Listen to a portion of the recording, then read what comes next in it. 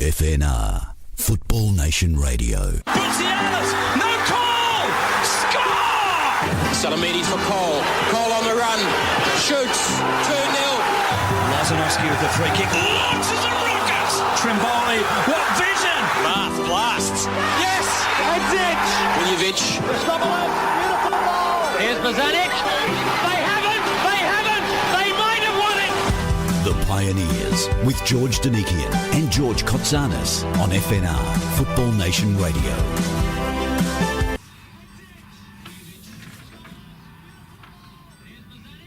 What's up?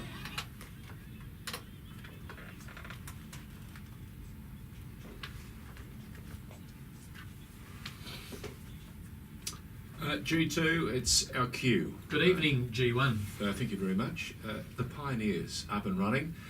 The club show called The Lion's Den follows at 8 o'clock, but in the meantime we have an hour to expose a World Cup referee who spent a lifetime making a difference. Yeah, we're going to expose it.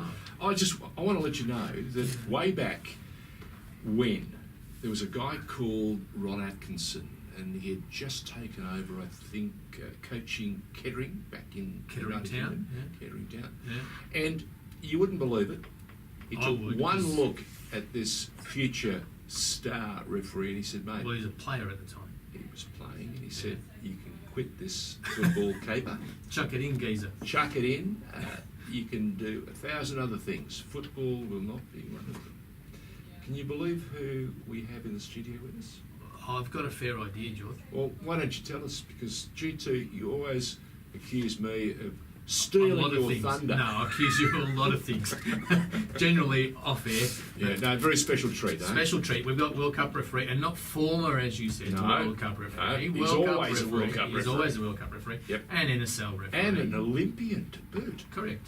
Yeah, refereed in the Olympics in Christopher- Seoul. Christopher Bambridge. Bambridge. Anyone who knows their stuff from the 70s, the 80s, and the 90s has either been sent off or sworn at Chris at some stage.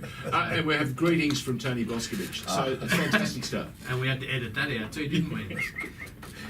Good evening, Chris. Welcome to the show. Good evening, George 1. Can we take you back? I'm G2, Oh, actually. you're G2. Yeah. Oh, I you'll, thought- you'll get me sacked if you call me G1. When you started, I thought I'd got bananas in pyjamas here tonight. But That's it's okay. right. It's That okay. T-shirt is being worked on at the Fair moment. enough. I'll just call you. Listen, take us back to United Kingdom, where you were born in 1947. Mhm. Yeah, you're October baby, I think. I am 7th of October. Yes, very level-headed. Yes. What, you're building a case to be a referee, are you? You decided you were going to play football. Yep. You ended up at Kettering Town in the reserves. Yes, I And did. tell George what happened. We took on a new coach, George, bloke that nobody knew, actually. I think he came from Oxford, called Yeah. Ron He Atkinson. coached Jimmy Campbell there. Right. Well, he obviously knew his stuff then. Yeah. Took one look at me and said, No. don't think you're going to make it. Why don't you buy yourself a flag and go and run the line for the reserve team? Broke my heart. I got on my bicycle and went home, and I walked in the house and I was crying, and my mum said, oh, what's the matter? Have you been hurt? I said, no, I've been sacked. Oh, dear. And that was it. But Do you think he was being constructive with get a flag and go and do the line, or was that just like a throwaway thing and say in another? He was nicely trying to tell you to just get lost. yeah, I think he was telling me to get lost. Oh, okay. Yeah, So yeah. you to took be it. You took the positive out of I it, did you? did. And you went and got a flag. honest. I Did you? did, yeah. And I actually, Yeah. I actually ran the line, George, if I Go, may go, say, go, go. for the local youth team. And in those days, they used to have a club award for the best linesman, and the referees would give that award. And I got invited along to the referees' annual general meeting, and they said, "Oh, we have our first award for the linesman of the year, Chris Bambridge." Whee. So second year, I carried on, and I got another invite to go back to present the award. And when I got there, they gave me an envelope, and I stood up, and I said, "And the winner is me." So I actually won it 2 years on the trot. And what developed from that was that one of the referees in Kettering by the name of Ray Toseland was a Football League referee, and he said to me, "You're a bloody idiot. You're doing half the game because these referees trust you to do it. You stick your flag on at the right time. Why don't you go and get yourself a black shirt, do a course, And do it properly. and do it properly?" Mm. And that's exactly what I did. And interestingly, I want everyone to remember how we started the program tonight, because there's a little kicker at the end of the hour when you'll get a little bit of comeuppance you got a little bit of something back on young Ron Atkinson, didn't you? Many, many years later. Save it for later. I will. Good, good, good. I'll cherish that. I'll wait Yes, for it. an opportunity.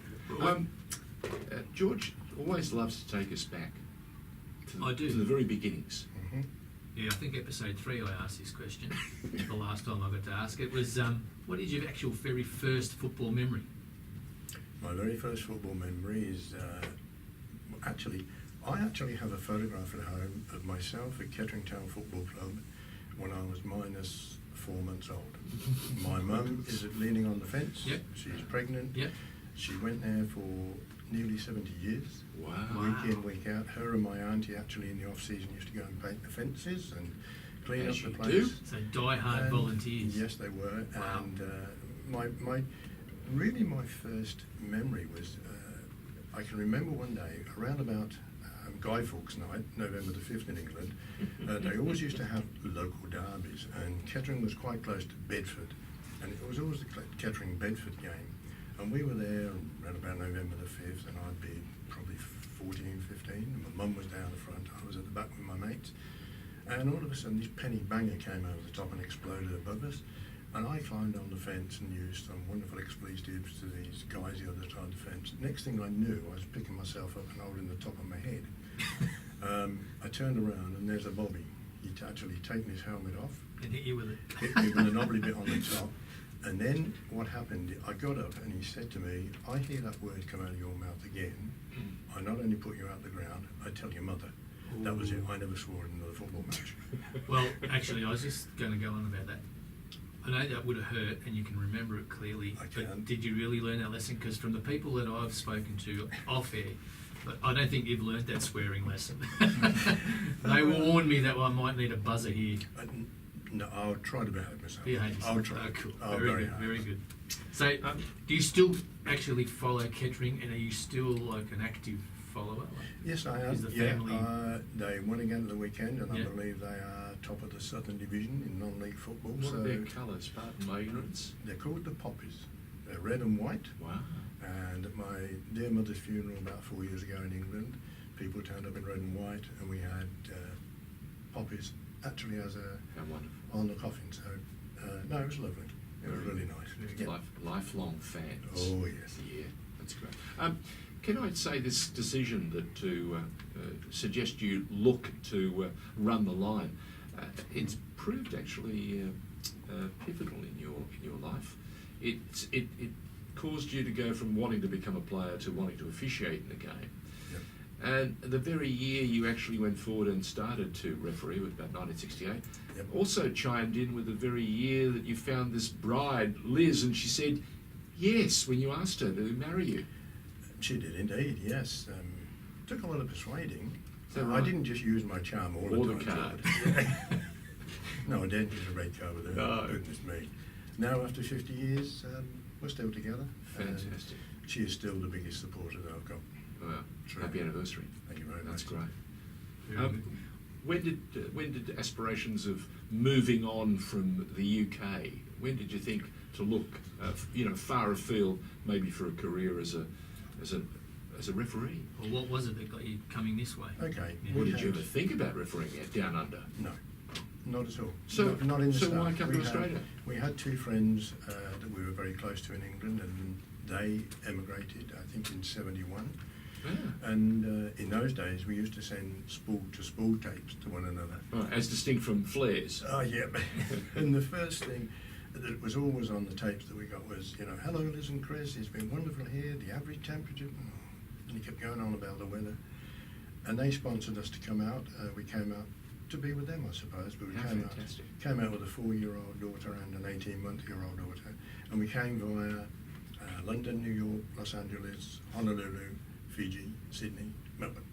Because there was a cholera scare in I was going to say the opposite way to the way most people arrive. They come Yes. through Fremantle and then on to Adelaide and No. finally to Melbourne. That was by air, by the way. Wow. And I landed in Melbourne, and it was 98.4 degrees, and the typically English gentleman had arrived in his collar and tie and suit. It was the Correct. first aeroplane I'd ever been on. You didn't in my have life. Gary Cole's mohair jacket as well, did you? No, that was in the suitcase. Okay. Yes, one in the suitcase. Just checking.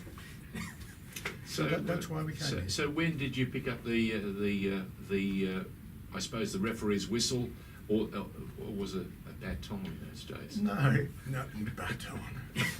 I'll just speak to you. You might have been Yeah, running just- the line. I don't Just know. ignore the old fellow over there. He gets cheeky sometimes. No, I started refereeing that season. Did you really? Yeah, I found, as it was then, until last year, the Federation, and got in touch with them, gave them my credential. I came here as a grade 1 referee. All I'd ever done, I mean, the furthest I'd been from home was on my bicycle to 2 villages outside the town. And then, within 3 years, it's playing every other weekend around Australia when the National League started. But my very first game, it was truly a coincidence. These 2 friends of ours lived in Waverley, so I always used to look up when the Australian results came, Waverley City, for no other reason. The current Eastern Lions. Correct. Yeah. And my very first game was Waverley City versus Carlton, which was brilliant. Would have And been on for young and old. well, I got on the park, George, and with all due respect to both of you gentlemen, I had this team sheet where the names went down one side and over the back. That's right. All the Greek teams from Gee, Carlton. it would have been special. Mavrokordatos, Something Necropolis. something Yeah, you would obvious. have got them all. One particular guy did something, and I said to him, come here, number 4, whatever it was. I said, do you speak English? And he said, of course I do. Oh. So I learned a lesson very quickly, and they all spoke English. And then another guy had a real go at me, obviously in his native tongue. I had no idea what he was saying, but just the venom and the face. The connotation. And I said to him, another word like that comes out of your mouth, you've got a problem. When I got in the dressing room afterwards, the coach came in and he said, you're a new boy, we haven't seen you before. Are you from Greece? I said, no. And he said, do you speak Greek? I said, no. He said, how did you know what he was calling you? I said, I didn't need to know what he was calling. I could say it. So that was a Body great language. experience. Well, you suggested a moment ago that you did learn very quickly. It also, I suppose, if you think about it, helped you climb the ladder pretty quickly, because it wasn't that long before you ended up officiating in the Harry Armstrong Cup Final in 1975. Yeah, that was the... Would have been at Olympic Park, I'd imagine, too, the final. Yeah. Yeah, before Before the Dockerty Cup Final. Yeah. Hey, you did the Dockerty Cup Final the following year. Yeah, So I got you got comfortable, huh? Well, I got comfortable, but I also put a few noses out of joint. How so? Because other referees thought they should have had it before me, which is, No, but that's politics. the nature of the Yeah. game. So, and Sure. and George, believe me, it gets worse the higher you go. I can imagine. What were those Can imagine. early games in Australia like? It would have been, the temperatures would have been appreciably different to the ones, and Yes. the conditions very Yes. different to the ones that you refereed in Great Britain. Yeah, I think one of the things I learned very quickly, like as I said with this language problem, was we didn't have that in England. They were all, in those days, they were all English or Scottish Local players. boys, yeah. Okay. All spoke Unlike English. today, where you got the world Oh, playing in the correct. Premier League. Yes. Correct. But in those days, it was trying to get across that. It wasn't a barrier. It was trying to break down, is this guy angry with me? And you're quite right, George. It came down a lot to body language and what they were actually physically doing more than what they were. I had no idea what they were saying. Did you talk to them much in those early days as a referee? Yeah, I've always As a done way that. of trying Yes, to appease. I've always done that, George. Somebody said to me the other day, actually, your initials are CB. That was Chatterbox. Chatterbox. And that's what people used to call me. That was my style of refereeing. Kept talking. I kept talking. A couple of times he got me into trouble. I ended up giving a red card one day to a Preston player that I drove all the way home afterwards, because I was my own biggest critic. Yeah, you have to. But I was on my way home, and all the way from Preston back to Scoresby, I thought to myself, if I'd have kept my loud mouth shut, he'd have still been on the park.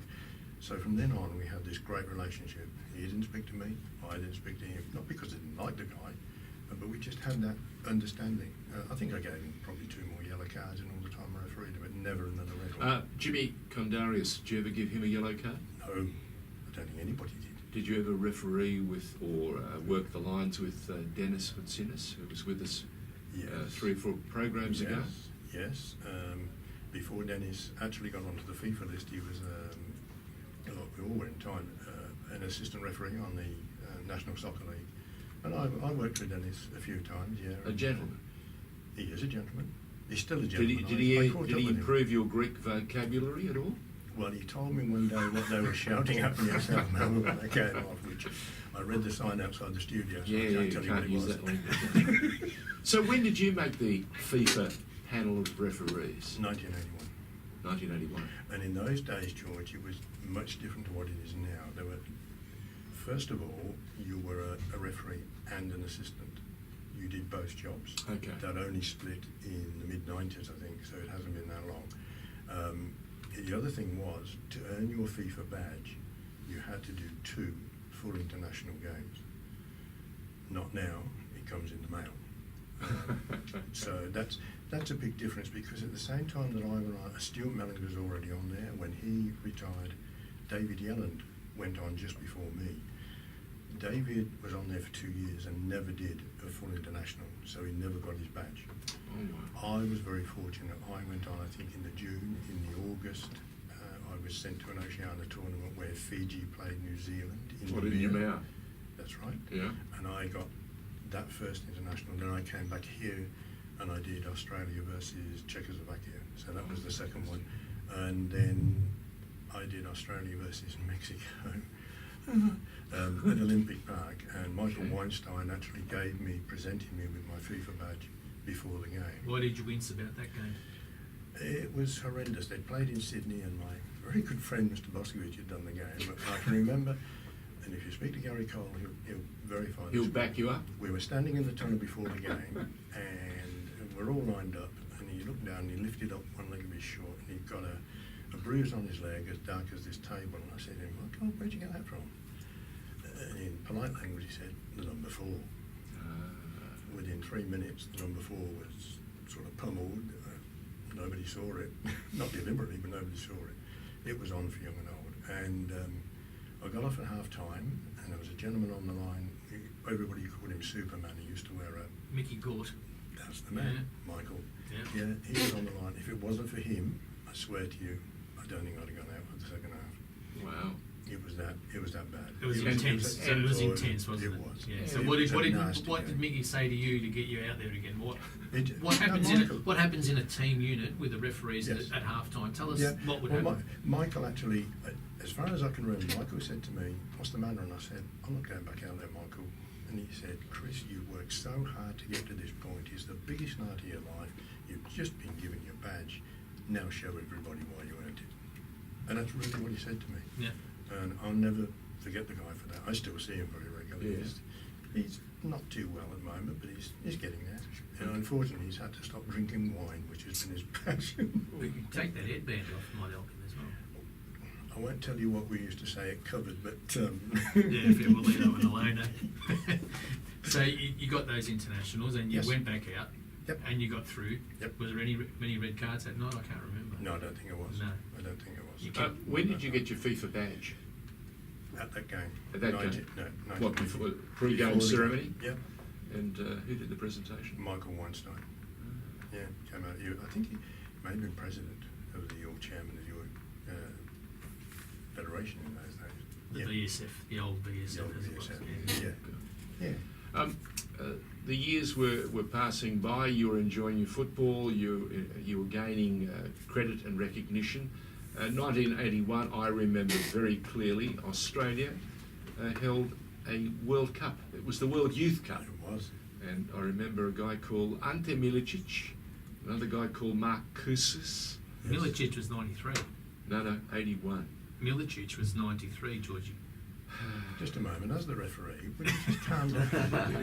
Milicic is younger than all of us. Hey. And you're suggesting Mark Kusis he was- wasn't talented enough to be playing? No, he probably wasn't born. Oh, here we go. Here we go. In 81, he was about 3 years old. Anyway, remember Mark that orange Kusis was juice I there. gave you Yeah, earlier? yeah, yeah. Use the straw. Okay, That will help. former SBS presenter. Get Now out. Who was that? Yeah, all right. Mark Kusis was there. I'll give you 50%. But I can't let Milicic go. He played in 93. 93. Yeah. With Can't Mas- remember 93. Neither can I. No. Never mind. No, Moving on. Mark I'd left Kusis, SBS in World Youth 93. Cup. We're back there. The Coca-Cola World Youth Cup with Mark Yeah, and- Kusis. You were refereeing. No, I was a part of the assistant panel Oh, the in those assistant matches. panel. Yes. We only had one referee. There were no Mr. Boscovich, but all the other FIFA referees acted only as assistant Yeah. referees. Did you enjoy the atmosphere? I did, and I learned so much about how FIFA control everything. Yeah, it does its business. And they just do it. Yeah. I mean, we were having breakfast one morning, and I can remember the next table there was Sepp Blatter, who was the secretary at the time, and a number of FIFA officials. Sir Arthur George came running and said, "Have you seen the headline in the paper this morning? The Sydney Cricket Ground are closing the ground before the opening game. There's apparently a crack in one of the light towers." Okay. And dear Mr. Blatter very calmly said to him, "Sir Arthur, I'd like you to go and get it sorted out. We need to know by midday. Otherwise, The game we won't all go move, no, we all move to Canberra." Oh dear. And we all looked at one another, and we played the opening game at the Sydney Cricket Ground, no problem. Yep. But that was it. They are, and I don't mean this disrespectfully, they're bigger than the mafia, they're more powerful, and they can do just what they want to do. Well, And I in the learned 2000 listen. Olympic Games, we were doing the game Australia and Italy at the MCG, and we were in the scoreboard area, and we had access to the cameras, and we showed a replay of Mark Viduka scoring a goal. And of course, the FIFA official comes in and says, "No more replays," because the referee adjudicated that someone was offside. Yep. And we had shown it to be onside. And he came back and he said, you show one more replay, we'll pull the plug. Yep. So, yes, when you say All they control the powerful, game, all all conquering. powerful, all... That yes. has changed now, George, because Has it? And these referees nowadays get more education than we ever got. We flew by the seat of our pants most of the time. In the DVDs they're now producing, they're actually producing DVDs where you, as the viewer, have to make a decision, and quite a number of them are incorrect. They're So, actually scenario showing- after scenario is shown to you, Yes. you have to make a decision. Yep. And did the referee make the right decision or the wrong decision? And quite often there are wrong ones in there, which I'm really pleased about, because apart from me, we were never all perfect. What are your personal memories of the World Youth Cup in '81? Like, obviously being 81, involved. Yeah, I think for a start, working with on a regular basis, day-to-day basis with international teams. I can remember being on the line for Poland in Brisbane, and Tony was the referee, and I think the team sheets were due to be in an hour before the game. An hour and 10 minutes before the game, they came in and they said, "We've forgotten the shirts." And all the FIFA official said was, looked at his watch and said, "You now have 9 minutes. So go find a shirt. Go back to the hotel and pick them up and get your backside here so that we can go out and warm up." Did they make the 9 minutes, or they show some Oh, they had it. flexibility? They had it. They found it. They were back. I love that.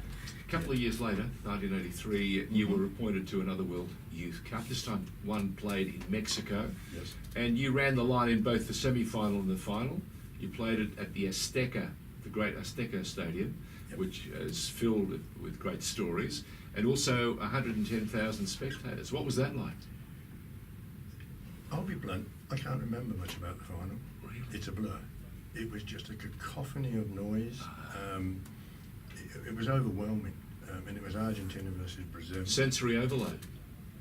It was Wow. just, it was a magnificent. You're right, it's atmosphere. Argentina, it's Brazil, two of Yeah. the great superpowers of Yeah. South America. Yeah. Fierce competitors. Sure. And it was only a 1-0, one goal. That's right. You don't remember the goal? Oh, I remember the goal, but the whole The rest of it. scenario is just a Noise. blur. What about the lead up, Chris? The nerves and the lead up. Were you nervous naturally Yes. going into big games like that? Was Yeah. that your preparation? Yeah. How did that go? Yes, it was. And look, I'd done the quarter-final as well. I think there were about 80,000 people at that. So suddenly it had gone, and I don't mean this disrespectfully, from the NSL here with 15,000 people, which is wonderful. Yeah, yeah, lovely. yeah. Great, Yeah. wonderful. To suddenly be confronted with 80,000 people, it was just, it was nerve-wracking, but what I always found, if I had those nerves before the game, once I stepped over the white line, You were right. they disappeared. Yeah. I was fine. Once I knew I was in inverted commas, although I was an assistant in control, I was in control of myself, and that was the most important thing.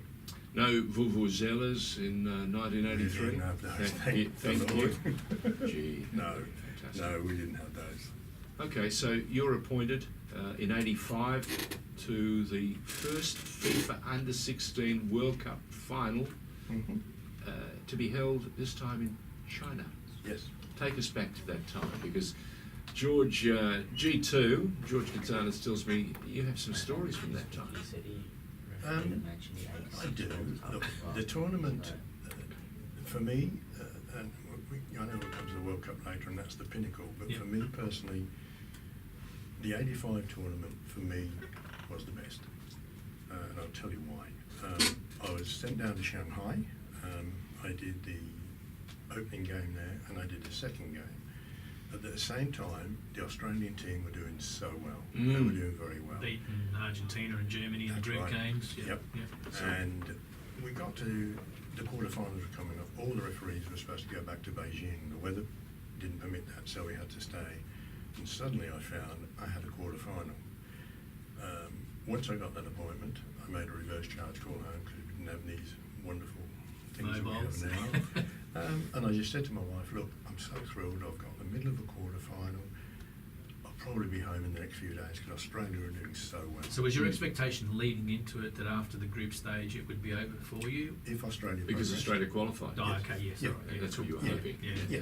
Yeah. Anyway, we came off, and I think that day or a day later, I found Australia had gone out. Yep. We all then went back to Beijing. To the power of Guinea, of all countries. Powerful Guinea. Yes. Yes. We all went back to Beijing, and we all got back there, all the referees, and Mr. Blatter was in charge. So we all go into this room, we sit around this large table, excuse me, and he said to us, righto gentlemen, with no preamble, the following referees will be required to go to the Secretariat tomorrow morning to pick up their tickets. You will be leaving us. Choop, choop, choop, choop, choop, and reeled them off. Not, thank you, you did very well, George. None of that. It was just names. And then he said, we've got 4 games to go. We will read out the 16 referees in reverse order. And when I say this, I knew in my heart, that I'd done well. I'm not bragging, I knew I did. You were comfortable with your form? It's You the knew- same yeah, as yeah, with the yeah, players. yeah. And it flowed. And they told me, FIFA had told me you've done very well. And my immediate reaction was, if I can get a 4th official job on any one of these Fantastic. games, You're in. it'd be great. You'd be wrapped. Because I don't think I can stuff it up there. Well done. Well done. Anyway, they go through this list, and mine's the last name to come out. Get out. And I'm going to referee the final. And all I wanted to do was tell someone. But And you they couldn't were- say anything, could you? No. So we had a 12-course meal, which I sort of got through. And then I remember when we'd finished, running down the corridor, getting in the lift, going up to my room, booking a reverse charge call. 1985, Yeah, China. yeah. I fell asleep. And about 4 hours later... Of course, you've had the 12-course meal. What do you reckon? and suddenly, 9 of those courses were liquid. Yeah, suddenly, there's my wife on the phone. I'm thinking, my God, it's 3:30 in the morning. Anyway, I said to her, Liz, I'm sorry about... Are you all right? Yes, I just wanted to ring you. Sorry. I'm not coming home. Getting emotional. That's good. I've been That's good. appointed. Yes. So, I've been appointed to the final, and I'm thrilled to bits. Oh, Right. yeah. So you should. And then I broke down the course, or she could say, well, are you all right? You all right? I said, yeah, I'm fine. End of the story up to a point, because for the next 5 days, I was wrapped in cotton wool, trained lightly, and all of this. Came to the day of the final, and I think it was 70 or 80,000 people in the Beijing Stadium, West Germany, Nigeria for the final. I led the teams out. I didn't feel a thing. I was so calm and so cool. We went out onto the pitch, we lined up, and then in 3 languages, thankfully for me, they said, are you going to play the national anthem? Yep. I stood, put my hands beside my arms and down, and suddenly realised I hadn't got a whistle. I couldn't communicate. Where had you left the whistle? He'd come into that. Oh, here we go. I couldn't speak to the Argentinian nor the Chilean linesman, and there's a guy standing on the running track from FIFA, and I'm saying, I haven't got a whistle. And he said, you're going to have to shout that. Can't hear you. I said, it's in an orange box in the and he ran off. It's the longest toss of the coin you've ever seen. You drag it out, did you? Oh, did You didn't I do ever. best of three, did you? Did I? Did I ever? And I can see the television crew 'cause it's going worldwide on. Anyway, What's going on? But I got it back, and I've told very few people that story, so everybody knows it now. But Exclusive. yeah, but I learnt a lesson.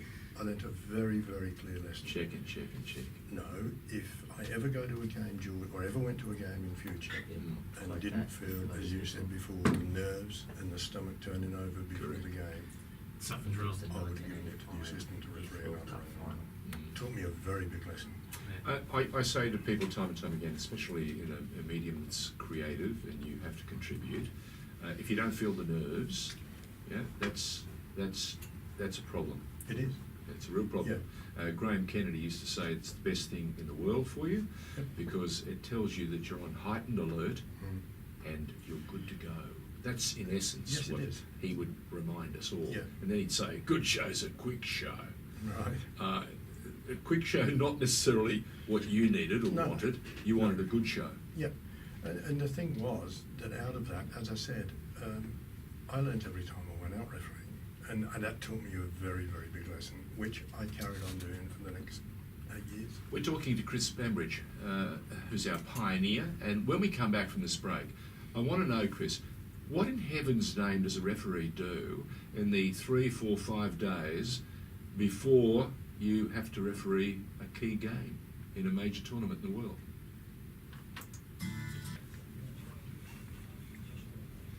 Welcome back to the Pioneers Thursday night, G1 and G2 in the studio with our guest this week, Christopher Bambridge, the Hall of Famer, the FFA Hall of Famer, referee, World Cup ref. World Cup ref, World Youth Cup ref, Under Yep. 16 Olympic World Cup. ref. He's done everything. He's Did it played. all. No wonder he's in here. Yeah, Good show this. that's how it works. 1985, the inaugural Under 16 World Cup. You got the World Cup final. Yep. Clearly an emotional experience for you, and well Certainly done. was. Congratulations. Thank you. And then 1986, Oh, life just really changes. Just changes. You appointed to the panel for the referees for the 1986. And again, Mexico, so at least you knew where you were going. Mhm. You've been there before. Yeah. It's funny because in those 3 years they'd had a massive earthquake. That's in right. Mexico City. I was on air at the time. And you can- Les Murray was over there getting no the thing matter, sorted. no matter, George, what you see on the television, nothing prepares you. Because there were still buildings when we went to training, we went through the city, they were still erect but split in half with curtains blowing out and all this. And it was quite an emotional time for the Mexican people themselves. Not only who were that, we should partners. take on this perspective too. Mexico City has about 26 or 27 million people. Mhm. That's the whole of Australian population and That's then right. some in the one city. That's right. That makes it very difficult to get around. It does, and because we went for security reasons, they said, "Oh, this is very secure. It's World Cup." We will travel incognito to training. So false mustaches and No, glasses? No, not us. No. It's the Don't- orange don't- wig. don't It's the don't giveaway. exaggerate. It's No. the orange wig. We used to get on this bus with a big sign across the front saying "Fee for officials." Referees. Fee for officials. We had a police outrider at the front, Yep. flashing lights, and an army truck behind us That'll do it. Okay. when we went training. And the Nothing soldiers like used to- discretion. Oh, it was wonderful. Absolutely brilliant. That was incognito. So, Yeah. what was the highlight for you at the? Was it watching young Maradona? Not particularly. Good. Don't make him swear. We're trying to avoid him swearing on air, and you bring up Maradona to an Englishman. No, let me just tell you, I understand he was a brilliant footballer, but I wish he'd have had his hands chopped off after the... Shit. Never mind. Before. But hang Oh, on. before would have been better to have Before. done. Chris, so had we had the courage of our convictions and introduced the video assistant referee, Oh we my might not have God. had this problem. Well, yes, you're absolutely right. And we also wouldn't have had the problem that I had if we'd have had the VAR. Yes. Which is? Well, Take not- us through this. not- this Take us through so this. what's the game, Chris? Brazil versus Spain. Not too big a match. Brazil versus Spain. And to be honest with you, when the appointment came out, amongst the group of referees, and there were some big boys there, big name referees there. Tony Boscovich. No, he wasn't around. He was gone. 50% wanted the game for prestige. 50% didn't want the game because they knew the potential With Dojo. of the problem. Yeah. During the game, In which 50% did you sit? well, as soon as my name came out, first of all I shuddered, and then I thought, no, this is good for me. Yeah. Anyway, we went out, and as everybody, all your listeners out there probably know, there was an incident during the game. There was a corner, and the ball is cleared from the Brazilian defence. And I think from memory it was Butragueño who whacked this ball at 300 miles an hour back towards the goal. The defence had moved out, the American assistant had moved out and was in exactly the position he should have been. The ball hit the crossbar, bounced down, came out, and I said no goal. Now after the game, I think 4 cameras said yes and 4 said no and 2 didn't know either way.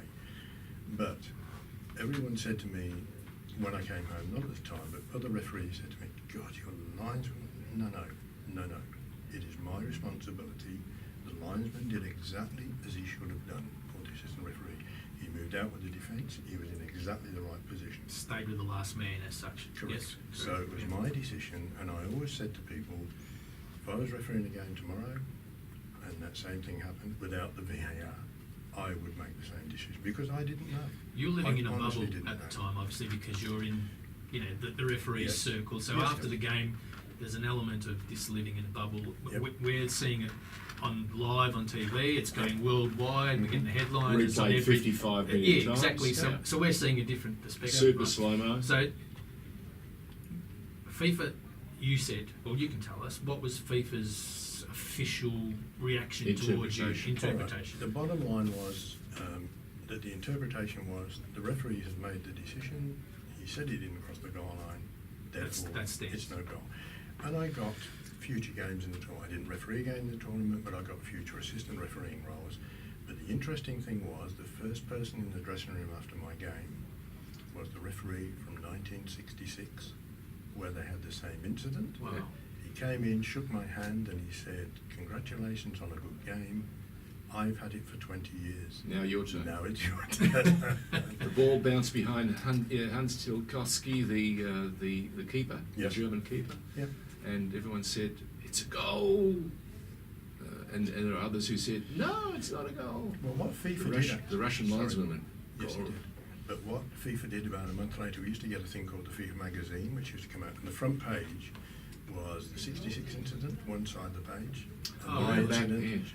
and if you just move them across, it was exactly the same. The ball was off the ground, it was exactly the same. Wow. But no, look, I had no problems. The only distressing thing for me, and I didn't know this until I retired from refereeing in 1990. Because you were living in this bubble, essentially. And I was You have to. protected. You I have was to. protected. Yep. My wife, and I didn't know this, my wife had a police car parked in the driveway the rest of the time I was away. Wow. She was getting abusive phone calls. My 2 daughters, my youngest one in particular, was beaten up at school. Oh dear. So that was all going on. And my wife, And you didn't know any of this. I knew nothing of this. And you found out 5 years later. Yep. And when my wife told me, and this is in a way a terrible thing to admit, and she told me all this, and I said to her, and she said to me, if I'd have told you then, would it have made any difference, because you've got other games after that? Mm. And the bottom line is, in a very, very selfish way, I said to her, maybe it wouldn't. That's a terrible, terrible thing to say. And other people have said to me, no, you had a career, you wanted to do this, that and the other. But that's the way that it was. It's like other athletes, they have to sacrifice a lot of the Yes. swimmers, runners and that. They don't get paid for what they It's do. called commitment. That's right. Yeah. Focus. So, commitment. but that was the only sad part about it. But that happens. Yeah, but what a journey. It's given Oh. you an opportunity to see so much of the world, and Oh, you got to do it again a couple of years later. I did. A place called Seoul in Korea. Yes. Tell us about this one. Your eyes are This is lit the up. bicentennial year in Australia, where the whole country is celebrating Mhm. its 200th celebrations.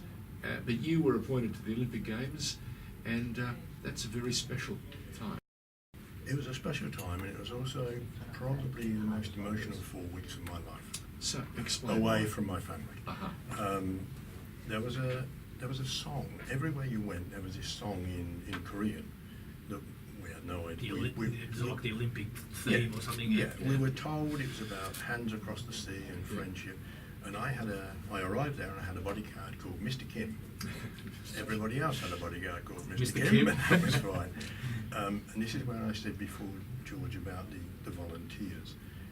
This guy had given up his 4 weeks annual leave as a security officer in a bank to spend it with me, which was magnificent. I'll always be grateful for that. And I said to the Olympic Committee when I came home, you must make sure if you ever get another Olympics here, you've got to have the people behind you, because they make it, the volunteers make it. And that indeed They was really what happened do. when Sydney held the 2000. Exactly. We had 60,000 Exactly. volunteers Yep. change Sydney and Australia forever.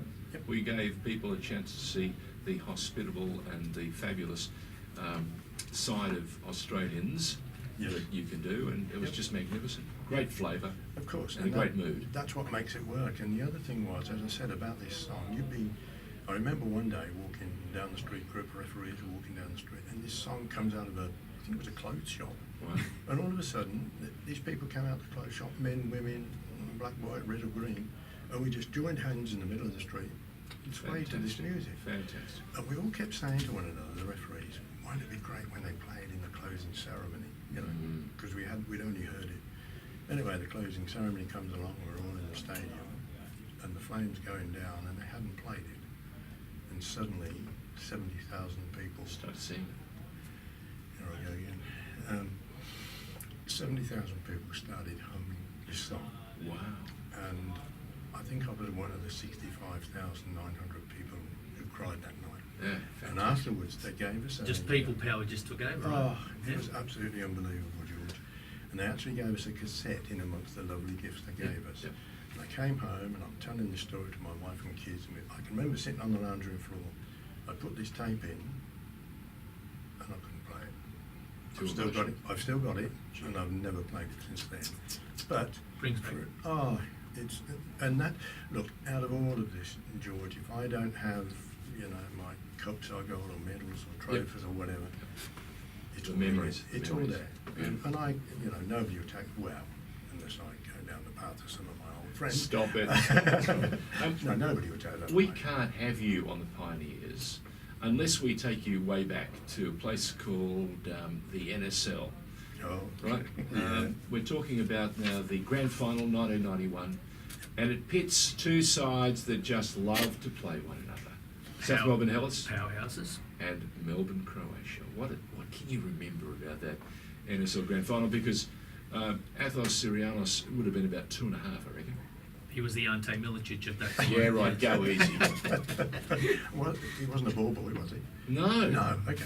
It might have been in spirit. though. It was the most wonderful experience, and in my opinion, I don't mean this to sound how it probably does to the listeners. I believe I had the best game I ever had in my life. Wow. That day. Why? Because everything went right. Yeah. Everything for me Yep. seemed to go right, and you're right, George. It was the animosity was there, the tension was there, and I mean The brilliance of football was there. Oh, look, you had, Paul Trimboli and Salakis, Taliadoris, who's now at the Football Victoria. Yeah, that's right. He's just been Warwick. reappointed for another 4 years. Oh, has he? Yeah, absolutely. Okay, I won't react. That's another 4 years he won't return our texts. And He'll come, he'll come. People like, Francis Awaratifi, Mickey I caught up with Francis the other day. Mickey Peterson, Oh, Mickey people P. like that, and I can remember these people. And I think it was 1-0 to Croatia until about the 88th minute, and then from memory, I think it was Trimboli put the ball through, Palacidis scored the equaliser, and the place went wild. Was it Palacidis or was it Bitsianis? No, Palacidis. Yep. He's the youth coach at Melbourne City these Yes, he days. is. Yeah, terrific talent. So I catch up with some of these, and Paul Trimboli obviously is the manager at Oh, yeah. Melbourne Victory. And a legend at South Melbourne. Oh yeah, and I catch up with these guys from time to time. But there was one thing that stood out. Oh, sorry, before we get to that, we had the penalties. Oh. You had to bring that up, didn't you? We had extra time and we had the penalties. And it was really strange because a dear fellow Albert Merrills, who was the ground manager there, he said to me at the end of extra time, which end are you taking the penalties? And I said, we're going down to the river end. Yeah. Oh, why? And with respect, I said, that's where all the Croatians are, and I don't want them running across the pitch to get up the other end to see them. So anyway, so we go down there, and I think it ended up 5-4 to South Melbourne. And as I came off the field, I was elated, and Mr. Pushkas came over. Yeah. He didn't say the greatest thing since sliced bread. All he did, he said, "Thank you very much," and walked away. And I walked into the dressing room. I took off my boots.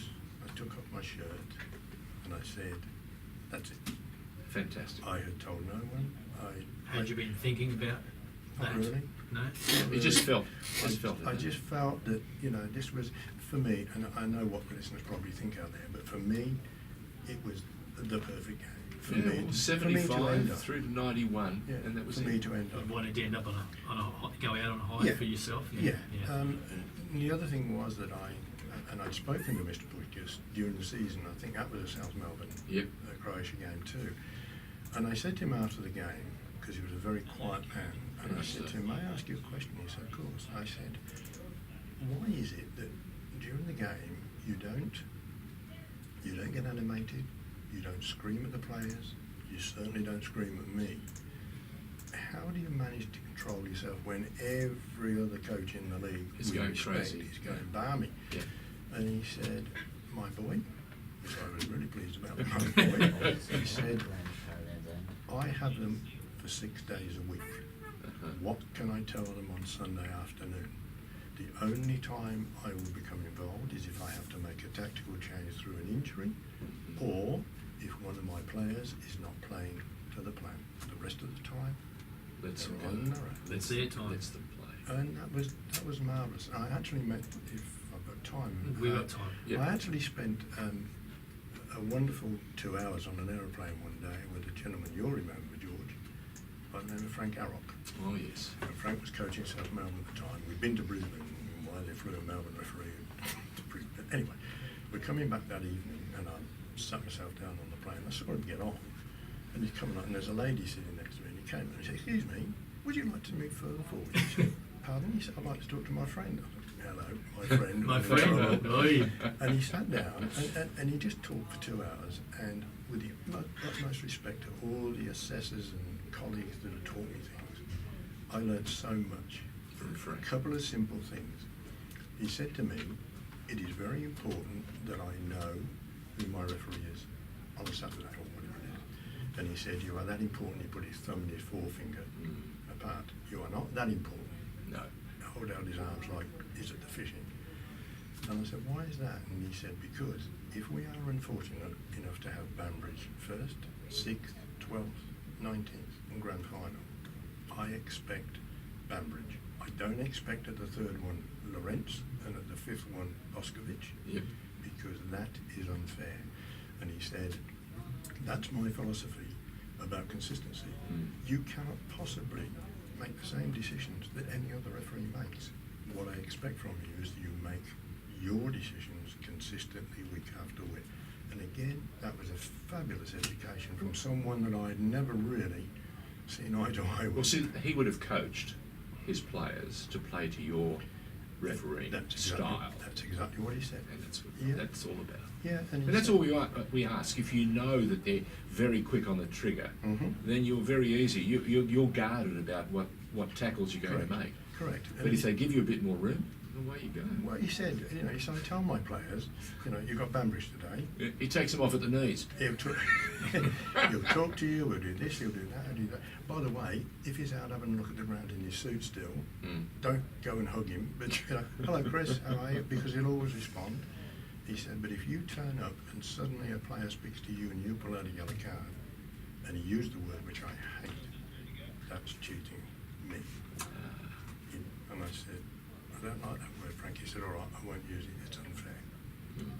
So he was looking for consistency in a referee in their own performance, Not consistent with every With other referee. everybody. So he It's read impossible. that there was personalities He in read each two referee, leaves, and they were going to perform differently and react differently. And as you well. assess probably that way these Yes, days. I do.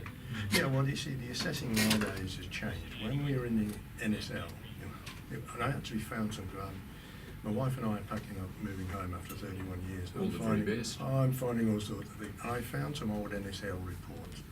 But what they had in those days, guys, they had a situation where they called them inspectors for a start, which to me is someone on a Us, Us, looking at your yeah, ticket. Blakey. Yes, but not with that sense of humour. But they would come and they would start. You'd start with 10, and there were all items for deductions. So it was a negative, wasn't it? Yep. Yeah. And when I got into the role as the referee's manager at Football Victoria, I tried to change it. It took me a long time, and FFA came on board. Mark Shield came on board very readily. Now we have a system where we are classified as assessor coaches. We look at 3 negative points. We look at probably 3 positive points. When I say negative points, we look at room for improvement, and that's what we're trying to educate them to do. So the whole spectrum has changed. So not only from the practical point of view of the career, now that you're, since you've been involved as an assessor and you've been able to make those positive changes, you're still having an impact on the game, which is so important why you're in here tonight, so that people can understand that even when you play or you referee, when you're at your peak and you're in your career, afterwards you can still leave a legacy and leave an impact and important changes like these things, so that the fraternity is looking, not like you said, assessing or inspecting from a negative point of view, but looking for the positives and reinforcing. So that changes you've made off the field. That's why you've been recognised by Football Victoria with the life membership, and also inducted into the Hall of Fame. Before we go, I mentioned to you Ron Atkinson, who started your refereeing aspirations by saying to you, "You're not much of a footballer, Chris Bambridge." I'm going to cry if you Talk keep about saying that. the next time you caught up with Ron Atkinson. No. Yes, the next time I caught up with Sir Ron was at the MCG, and 84, wasn't it? yeah, there was a tournament on. Yeah. Manchester United, Nottingham Forest. Rangers, Heracles, Yes. Juventus, Australia A, And you Australia refereed B. the game between... Man United and Notts Forest. Right. And I can't remember who won. I don't really care who won. Didn't matter. But we got off afterwards, and the Federation and Mr. Wallace in those days had a wonderful reception, the beer and peanuts upstairs. And No expense. And Ron Atkinson has come up to you and said thank you. No. Oh. I went to him. Oh, dear. He wouldn't approach me. He couldn't get his hand up to shake hands. He had so much jewelry. But anyway, I went to him and I said, "Oh, Mr. Atkinson, you probably don't remember me, but blah, blah, blah." And I told him. And he looked at me. "I don't think you did." He said, "Oh, yes, son, are you going all right?" I said, "Well, you can tell me. I've just refereed the game." And that was the end of the story. But I think I got my comeuppance at the end. You did. And before we go, in Australia, some of the most memorable players, I'll go through them, and word association. Jimmy Tansey. Great fun. Peter Blasby. Great fun. Jack Riley. He was okay.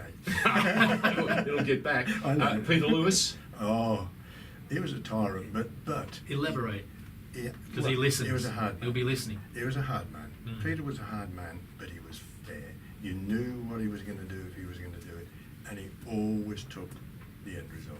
Ange Postecoglou. Nice guy. Very And nice Paul guy. Trimbolli, you've already mentioned. Yeah. Now, just before we go, and we run out of time, some of the men you refereed in some of the other games in your life, a guy called the Kaiser, you might know him better as Franz Beckenbauer, was when he was here with New York Cosmos, the great Nobby Stiles, Gordon Banks, the two Charltons, both Bobby and Jack. And just to think, 4 NSL Grand Finals, a host of international matches. 84. Only 84. I can't believe you gave it away before you got to the ton. Look, you mentioned a name there, and this is going to sound very childish. When I refereed Cosmos, Yes. and Mr. Beckenbauer was playing, all I wanted to do was touch him and make sure he was real. And I did. I shook hands with him at the start, and then I was on my way. And he Well- was a real person. And I said this to you off air before. One of the things that I think I need to impress upon people out there in the football world, referees, unfortunately, are human beings. We're not machines. We have feelings. Oh, which go we away, try to Chris, go control. away. We do, we do. And I'm so excited, I'm going to burst into tears in a minute. No, we have feelings, we have emotions, but the art to it is to keep those under control. So, Well, you are real, and you have been real for a long, long time. And we Sensational. thank you very much for giving us an insight to how the referee thinks, and what a journey from 74 right through to 2019. Chris you. Bambridge, thank you for being our pioneer on FNR. thank you very much indeed, gentlemen. Oh, Beautiful. You all right? brilliant. We have to move on the clock No, because no. unfortunately there's a program right after us. See you go out there. On you, mate. Well done. Sure. FNR, Football Nation Radio. Butzianis, no call! Score! Salamidi for Cole. Cole on the run. Shoots. 2-0. Lazanovsky with the free kick. Launches and rockets! Trimboli, what vision! Bath blasts. Yes! That's it! Miljevic. Here's Bozanic. They haven't! They might have won it! The Pioneers with George Danikian and George Kotzanis on FNR, Football Nation Radio.